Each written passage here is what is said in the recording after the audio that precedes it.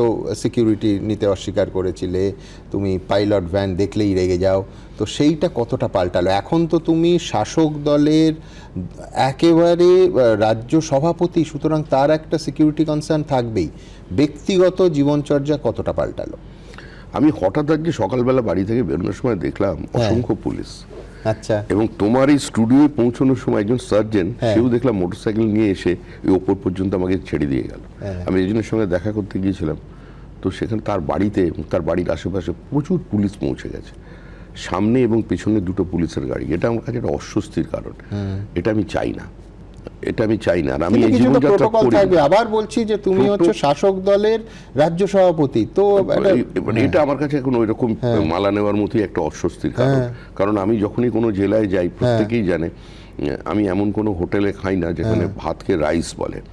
আমি সবসময় রাস্তার ধারে খাবার খাই এবং খুব তাড়াতাড়ি পাওয়া যায়, ফ্রেশ, মানে যেগুলো ধর্মতলার খাবারের মধ্যে আমি অভ্যস্ত। আমি খুব কম স্বল্প খাই।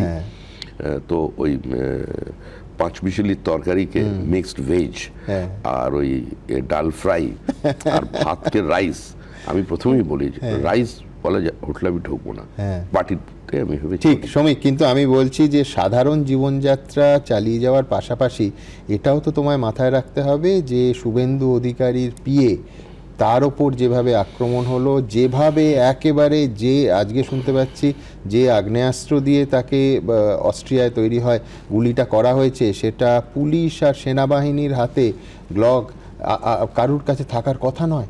সুতরাং সিকিউরিটি কনসার্নও তো একটা বড় ইস্যু। দেখুন, আমার সিকিউরিটি নিয়ে আমার পার্টি চিন্তা করবে, আমি বিন্দুমাত্র চিন্তিত নই। কারণ অসংখ্য বিজেপি কর্মী যারা নিজের জীবনের ঝুঁকি নিয়ে এতদিন পর্যন্ত বিজেপি করেছিলেন, তাদের পাশে কোনো সিকিউরিটি ছিল না। 321 জন আমাদের প্রার্থী খুন হয়েছেন, আমরা তাদের পাশে দাঁড়াতে পারিনি। এবং গত লোকসভা বিধানসভা নির্বাচনের পরে যে তাণ্ডব আমরা দেখেছি, যে অত্যাচার দেখেছি, তাদের পাশে কোনো সিকিউরিটি ছিল না। এখন আমি যদি একটা এই প্রবল বাহিনী নিয়ে গিয়ে আমার কর্মীদের কাছে দাঁড়াই, আমার মনে হয় সেটা তারা খুব একটা ভালোভাবে গ্রহণ করবে না।